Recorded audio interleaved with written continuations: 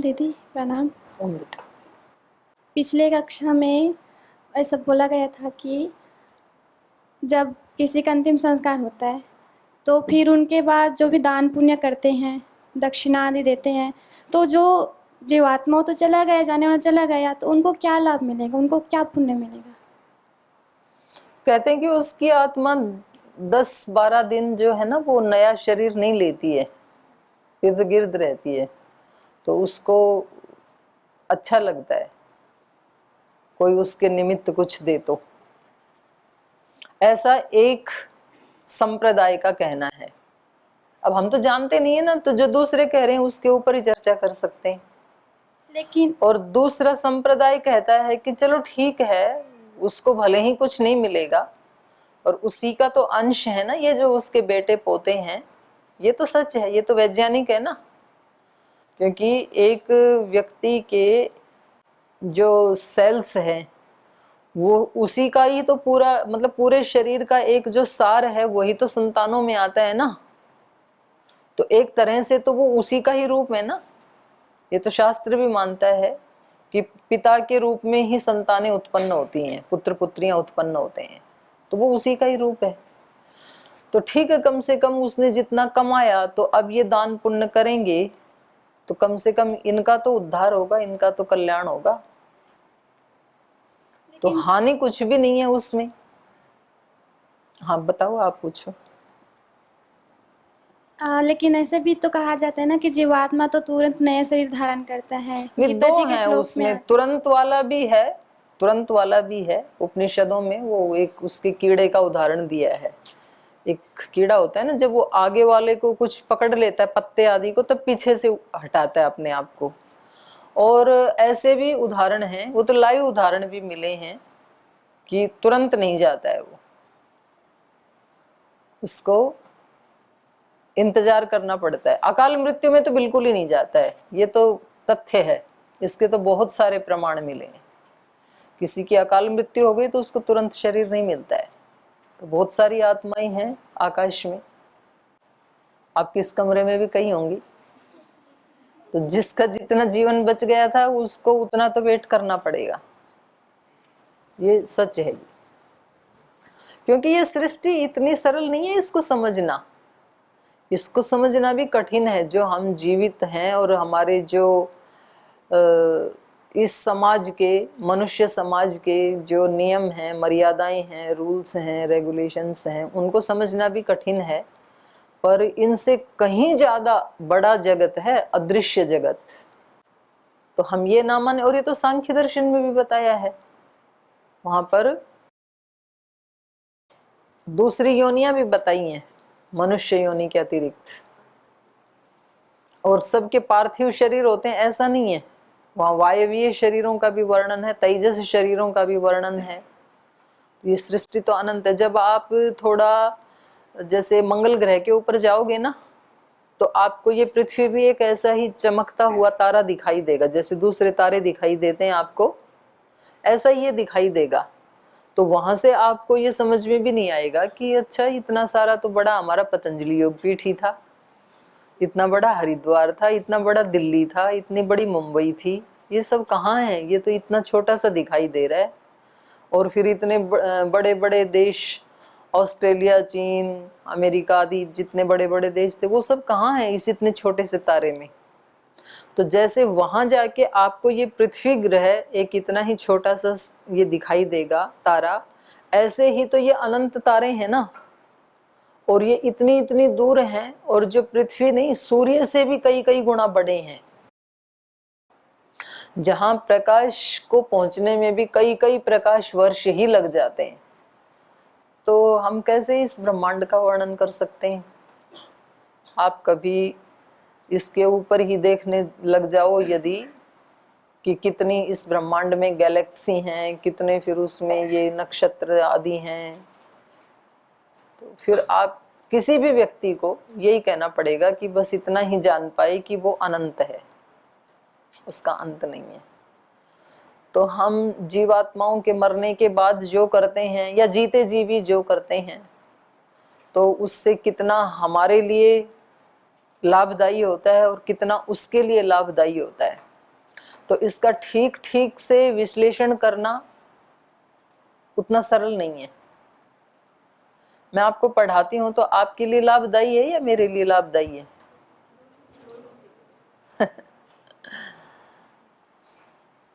दोनों के लिए हो या ना हो, मेरे लिए तो है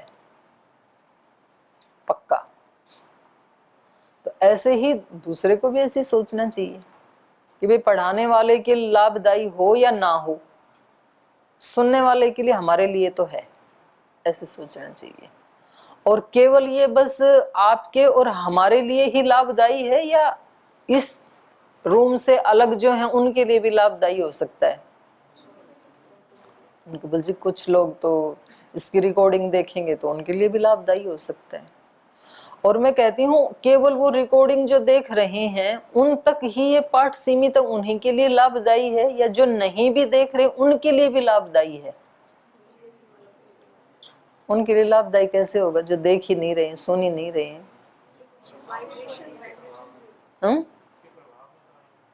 कैसे?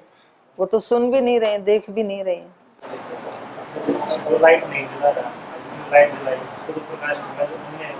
नहीं, वो तो लाइट के सामने बैठे हैं ना।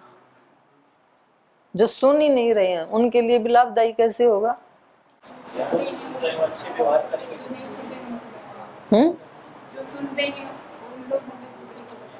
ना ना ना, मैं ये नहीं पूछ रही हूँ। तो उनके लिए भी लाभदायी इसलिए होगा कि कोई भी वाइब्रेशन एक जगह होता है यदि छोटा सा भी, तो उसका प्रभाव पूरे यूनिवर्स के ऊपर पड़ता है। तो हमारे जो ऋषि गुफाओं में बैठे हुए होते थे, हिमालय की कंदराओं में बैठे हुए होते थे, वहां पर वो तप कर रहे हैं और वहां पर वो बोलते हैं सर्वे भवन्तु सुखिनः।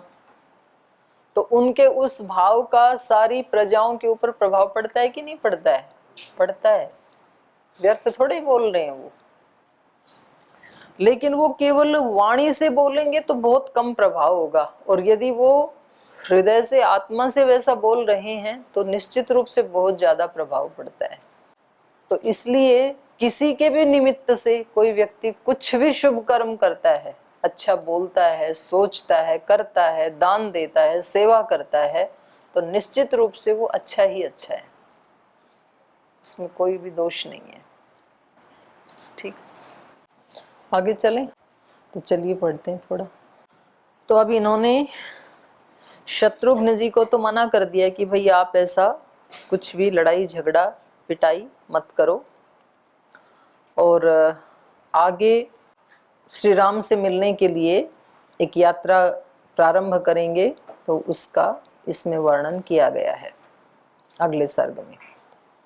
ततः प्रभात समये दिवसे च चतुर्दशी समेत्य राजकर्तारो भरतं वाक्यमब्रुवन् गतो दशरथः स्वर्गं यो नो गुरोत्तरो गुरुः रामं प्रवाज्य वैज्येष्ठं लक्ष्मणं च महाबलं त्वमद्य भवनो राजा राजपुत्र महायशः अभिषेचय चात्मानं पाहि चास्मान्नरर्षभः भरतस्तं जनं सर्वं प्रत्युवाच धृतव्रतः ज्येष्ठस्य राजता नित्यम् उचिता हि कुलस्य नः नैवं भवन्तो मां वक्तुम् अर्हन्ति कुशला जनाः रामः पूर्वो हि नो भ्रात्रा भविष्यति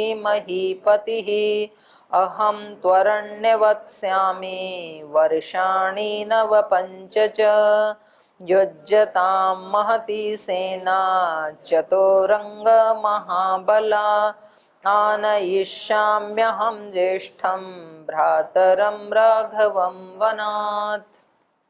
ततः प्रभात समये दिवसे च चतुर्दशी, तो 13 दिन पूरे हो गए और इन्होंने बताया कि भाई अब शोक छोड़ो, आगे क्या करना चाहिए वो अपने कर्तव्य कर्म का निर्वहन करो। तो 14वें दिन प्रातः काल राजकर्तारः समेत्य, जो राजकाज का कार्य करने वाले जो भी लोग थे वो सब मिलकर के भरतम वाक्यम अब्रुवन, इकट्ठे होकर के सब भरत जी के पास आए और उनको कहने लगे, गतो दशरथ स्वर्गम यो नो गुरु तरो गुरुहु, जो हमारे गुरु तरो गुरुहु, गुरुओं के भी गुरु थे, राजा भी गुरु के समान होता है। और क्योंकि ये बड़े धर्मात्मा थे और अपनी प्रजाओं को पुत्रवत पालन करते थे, तो इसलिए उनके प्रति इनके जो राजपुरुष हैं, मंत्रीगण आदि हैं, उनके मन में गुरु भाव है, एक श्रद्धा का भाव है। तो ये कह रहे हैं, यो नह गुरु तरो गुरुहु, जो हमारे गुरुओं के भी गुरु थे, श्रेष्ठ गुरु थे। ऐसे राजा दशरथ स्वर्गम गतः, वो तो स्वर्ग सिधार गए हैं। और ज्येष्ठम रामम लक्ष्मणम च महाबलम वै प्रव्राज्य, रामम ज्येष्ठम लक्ष्मणम च महाबलम, राम को, ज्येष्ठ पुत्र राम को और महाबली लक्ष्मण को वनम प्रव्राज्य, वन भेज करके, इन दोनों को वन में भेज करके, जो हमारे राजा थे महाराजा दशरथ, जो हमारे लिए गुरुओं के भी गुरु थे, वो तो अब स्वर्ग सिधार गए हैं। तो फिर इसलिए त्वम अद्य भव नो राजा राजपुत्र महायशः, हे महायशस्वी राजपुत्र राजकुमार भरत जी, अब महाराजा दशरथ नहीं हैं और उनका 13 दिन का शोक भी समाप्त हुआ, राजकीय शोक भी समाप्त हुआ। तो इसलिए अब हमारा कोई राजा नहीं है, इसलिए त्वम अद्य नः राजा भव, इसलिए तुम आज से हमारे राजा बन जाओ। अभिषेचय च आत्मानम, अपने आप का राज तिलक करवाओ, अभिषेक करवाओ, राज्याभिषेक करवाओ। और पाही च अस्मान नरर्षभः, हे नरश्रेष्ठ, आप राजा बन करके हमारी रक्षा करें। क्योंकि अराजकता में कोई भी अपराध पनपते हैं, इसलिए अराजकता, हमने पीछे पढ़ा ना, पूरा का पूरा एक सूक्त ही था कि अराजकता में क्या क्या अपराध हो जाते हैं। तो देखो रामायण ने एक एक बात के ऊपर कितना बल देती है, बहुत बड़ा उसका प्रसंग चला अराजकता का।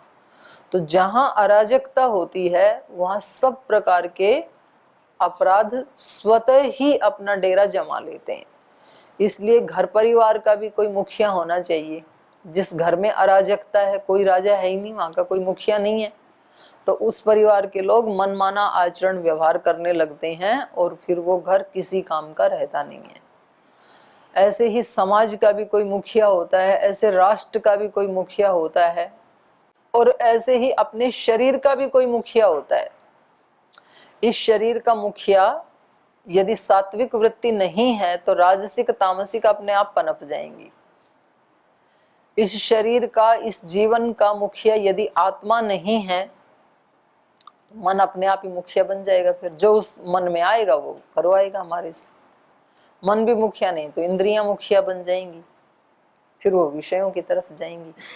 तो अराजकता जहां जहां होगी वहां वहां अपराध पनपते हैं।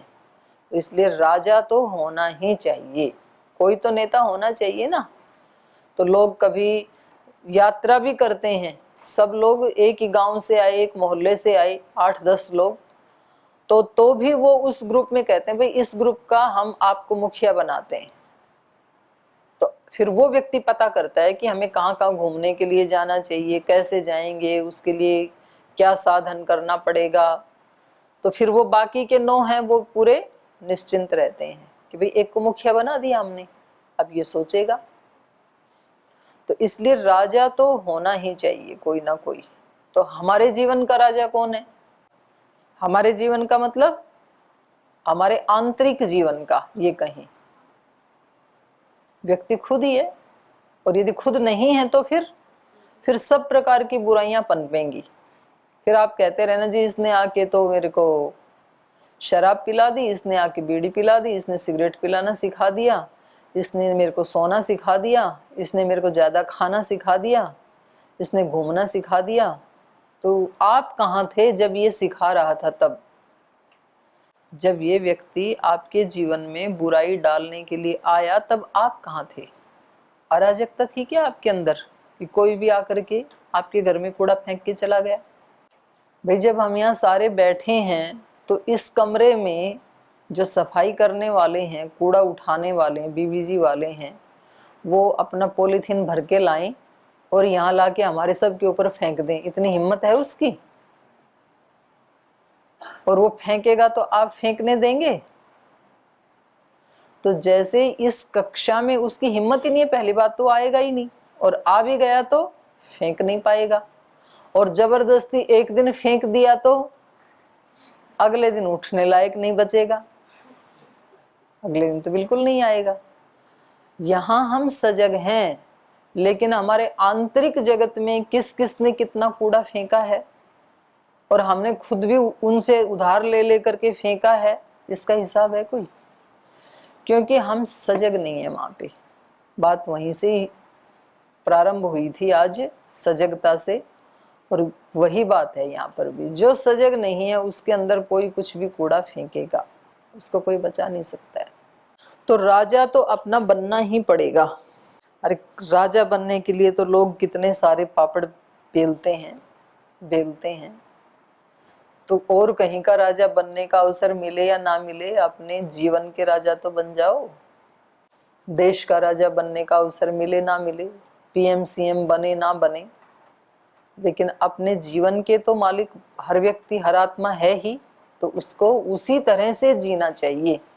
जैसे आप ये सोचते हैं ना कि भाई देश में ना ऐसे ऐसे होना चाहिए, तो कुछ लोग तो आए ही इसलिए थे यहाँ महाराज जी के पास कि देश को हम ऐसा ऐसा बनाएंगे। तो हम चाहते हैं कि देश में ऐसा ऐसा ही होना चाहिए, अपराध आदि कहीं नहीं होने चाहिए, बीमारी नहीं होनी चाहिए, बुराई नहीं होनी चाहिए, दरिद्रता नहीं होनी चाहिए, ऐसा देश होना चाहिए, ऐसा हम बनाना चाहते हैं। तो देश से पहले अपने जीवन का भी तो बना लो ना कि मेरा जीवन कैसा होना चाहिए, मेरे जीवन में ये दोष नहीं होना चाहिए, और ये वाला अच्छा कर्म मेरे जीवन में जरूर होना चाहिए। आलस्य प्रमाद मेरे जीवन में बिल्कुल नहीं होना चाहिए। शास्त्र स्मरण का भाव मेरे जीवन में जरूर होना चाहिए। गलत ढंग से बैठने का संस्कार मेरे जीवन में बिल्कुल नहीं होना चाहिए, और सीधा बैठने का संस्कार मेरे जीवन में जरूर होना चाहिए। तो अपना अपना तो तय कर लो। प्रार्थना करते समय आंख खोलने का संस्कार मेरे जीवन में बिल्कुल नहीं होना चाहिए, और आंख बंद करके तज्जपस तदर्थ भावनम का संस्कार मेरे जीवन में जरूर होना चाहिए। तो हम पहले इस देश के सुधारने की शुरुआत अपने सुधार से प्रारंभ होती है, क्योंकि आप जहां से सुधार करना प्रारंभ करेंगे तो हमारे सबसे नजदीक कौन है? हम ही हैं। सुधार जो सबसे नजदीक है उससे प्रारंभ करना चाहिए, और वहां से प्रारंभ होता है तो फिर दूसरों का भी होता ही है, अपने आप ही हो जाता है, फिर तो कोई रोक नहीं सकता है ना। यहाँ यदि अग्नि जल रही है तो अगले वाले को तो वो अपने आप ही चपेट में ले लेगी, और यही बुझी हुई है तो अगले वाले को तो क्या ही जलाएगी। एक व्यक्ति का जीवन दिव्यताओं से भरता है तो देखो हम कितने लोग उनके सानिध्य में आ गए। श्रद्धेय स्वामी जी महाराज ने अपना एक जीवन ऐसे जलाया, तप से, पुरुषार्थ से, सेवा से, ज्ञान से। ऐसे श्रद्धेय आचार्य जी ने अपने तप से, पुरुषार्थ से, सेवा से अपने जीवन का दिया जलाया। तो फिर हम कितने सारे बिना जले हुए दिए आ गए, हमें भी जलना है आपके साथ। और इतने दिए जब जलेंगे तो वो पूरे देश के उन सारे दियों को जलाने में समर्थ हो जाएंगे जो अभी नहीं जल रहे हैं, और पूरे देश के दिए जलेंगे तो पूरे विश्व के लोगों के जीवन को वो प्रकाश से भरने में सक्षम हो सकेंगे। तो इसलिए इन्होंने, मंत्रियों ने, राजपुरुषों ने इनसे अनुग्रह किया। अभिषेचय चात्मानम पाही चास्मान नरर्षभ, आप हमारी रक्षा कीजिए और अपना राज्याभिषेक करवा लीजिए, आप हमारे राजा बन जाइए, राज तिलक करवा लीजिए। आज 14वां दिन है, तो अब हम आपको राजा स्वीकार करने के लिए तैयार हैं। तो भरत जी ने क्या उत्तर दिया, उन्होंने अपना ऑफर किया तो भरतस्तम जनम सर्वम प्रत्युवाच धृतव्रतः ज्येष्ठस्य राजता नित्यम उचिता ही कुलस्य नः। भरतः तम सर्वम जनम प्रत्युवाच, भरत धृतव्रतः, भरत जी कैसे हैं, धृतव्रतः, दृढ़ व्रत वाले, व्रत धारण करने वाले। हम पाठ को प्रारंभ करने से पहले भी भगवान के कौन से रूप से प्रार्थना करते हैं, व्रतानाम व्रतपते, जितने भी व्रत इस सृष्टि में चल रहे हैं आप सब उन व्रतों का पालन करवाने वाले हैं, उन सब के स्वामी हैं आप। तो इसलिए हमने तो एक छोटा सा व्रत लिया था कि भाई ये 1 घंटा हम इस कक्षा में रामायण पढ़ रहे हैं और रामायण पढ़ते हुए हम महर्षि वाल्मीकि जी की चेतना के साथ अपने आप को जोड़ करके कुछ सीखने का प्रयास करें। ऐसा आप हमारे मानस को बना दीजिए, तन्मे राध्यताम, ऐसी हमें सिद्धि दीजिए। तो इसलिए यहाँ पर भरत जी के लिए भी संबोधन किया है धृतव्रतः, जो व्रत धारण करने में बहुत धीर गंभीर हैं, जिन्होंने धारण किया है व्रतों को, ऐसे भरत जी तम सर्वम जनम प्रत्युवाच, उन सब लोगों को उत्तर दे रहे हैं, उन सब से बोल रहे हैं, उनके प्रश्न का उत्तर दे रहे हैं। ज्येष्ठस्य राजता नित्यम उचिता ही कुलस्य नः, नः कुलस्य ज्येष्ठस्य राजता नित्यम ही उचिता, नः कुलस्य, हमारे कुल का नित्यम सतत यही औचित्य रहा है कि हमारे कुल में हमेशा ज्येष्ठ भाई का ही राज तिलक होता है। ये इस श्लोक को निशान लगा लो, है ना। कितनी प्रतिकूल परिस्थितियां हैं, खुद प्रजा वाले खुद आकर के कह रहे हैं। तो यदि भरत जी के चित्त में लेश मात्र भी राज्य के प्रति अगर कोई ऐसी भावना होती तो भरत जी यहाँ कह देते, बोले भी मैं तो बिल्कुल नहीं राज्य लेना चाह रहा था, लेकिन मैं क्या करूं, जब सब लोग आकर के इकट्ठे हो गए और वो मेरे को कहने लगे, तो अब क्योंकि श्री राम है नहीं, लक्ष्मण जी भी हैं नहीं, पिताजी रहे नहीं, तो प्रजा का तो फिर कोई ना कोई तो देखने वाला होना ही चाहिए ना, तो इनका तो सेवा करनी ही थी।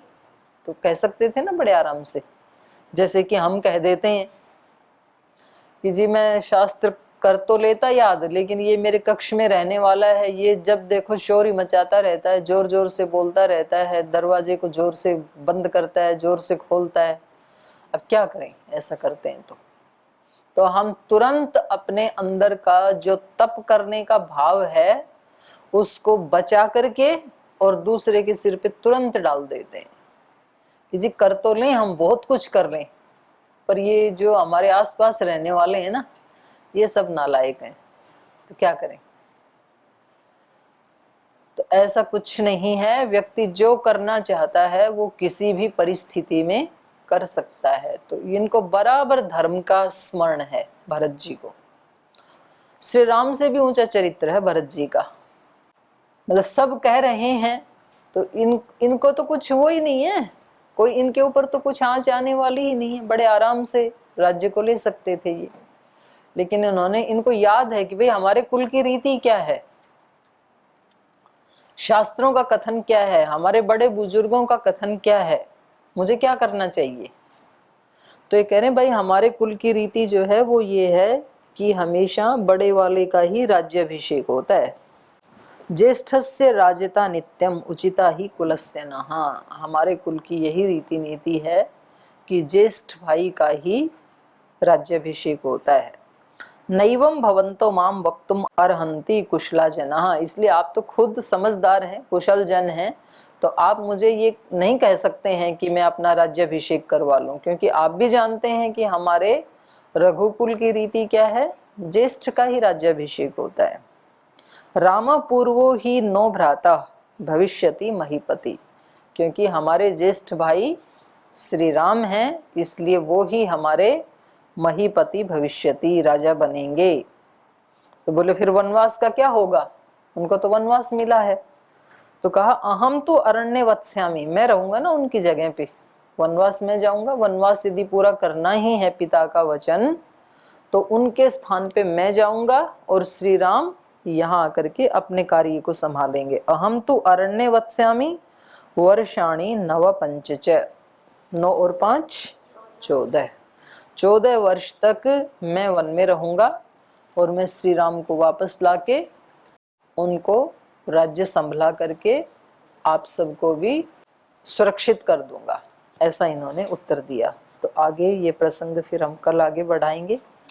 आज यहीं विराम लेते हैं।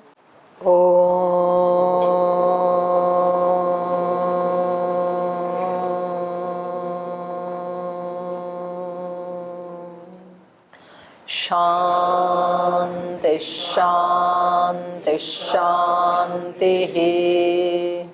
श्री गुरुभ्यो नमः।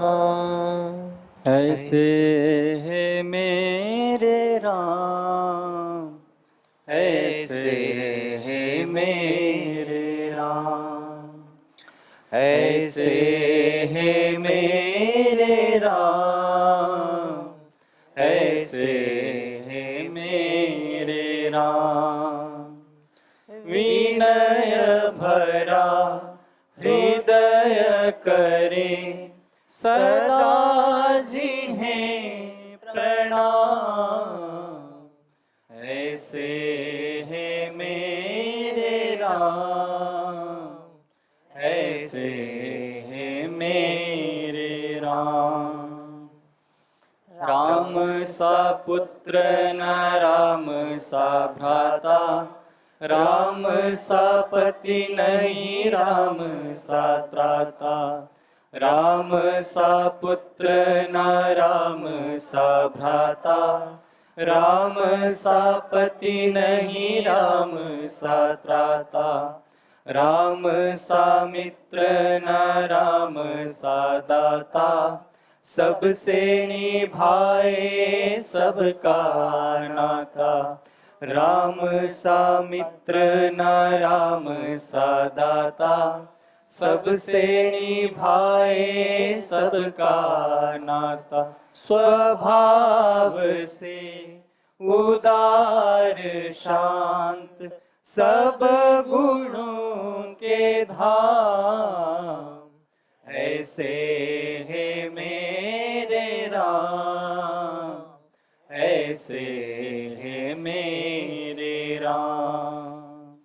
विनय भरा हृदय करे सदा जिन्हें प्रणाम, ऐसे है मेरे राम, ऐसे है मेरे राम, ऐसे है मेरे राम, ऐसे है मेरे राम, ऐसे है मेरे राम, ऐसे है मेरे राम।